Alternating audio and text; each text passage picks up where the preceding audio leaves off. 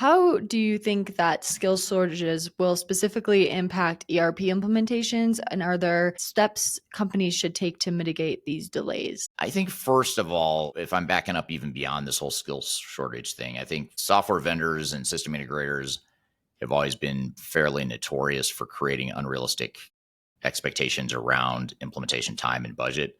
So that was already a problem to begin with. And now when you add to the fact that finding the right resources to actually execute to that time and budget is making it even more difficult, it's fair to say that whatever proposal you get from your software vendor or your technical implementer or your system integrator or whatever you want to call it, it's fair to assume that it is completely underestimated. And you have to go in with that mindset, not to be not to go in with a negative mindset or a overly skeptical mindset, but you do need to be somewhat skeptical. You need to say, hey, I don't know that this is realistic, not only because of the skills shortage, but also because companies themselves just have trouble changing fast enough as it is. And then when you add to the fact that you don't have the skills to execute quickly or quicker, or even if you wanted to, or even if you could culturally or organizationally, it just creates, a number of different headwinds that you're up against. So I think the first thing is to go in with the realistic expectations to where it's not technically a delay or a budget overrun because you've planned for it. You've known all along what the real timeline is going to be, what the real budget is going to be.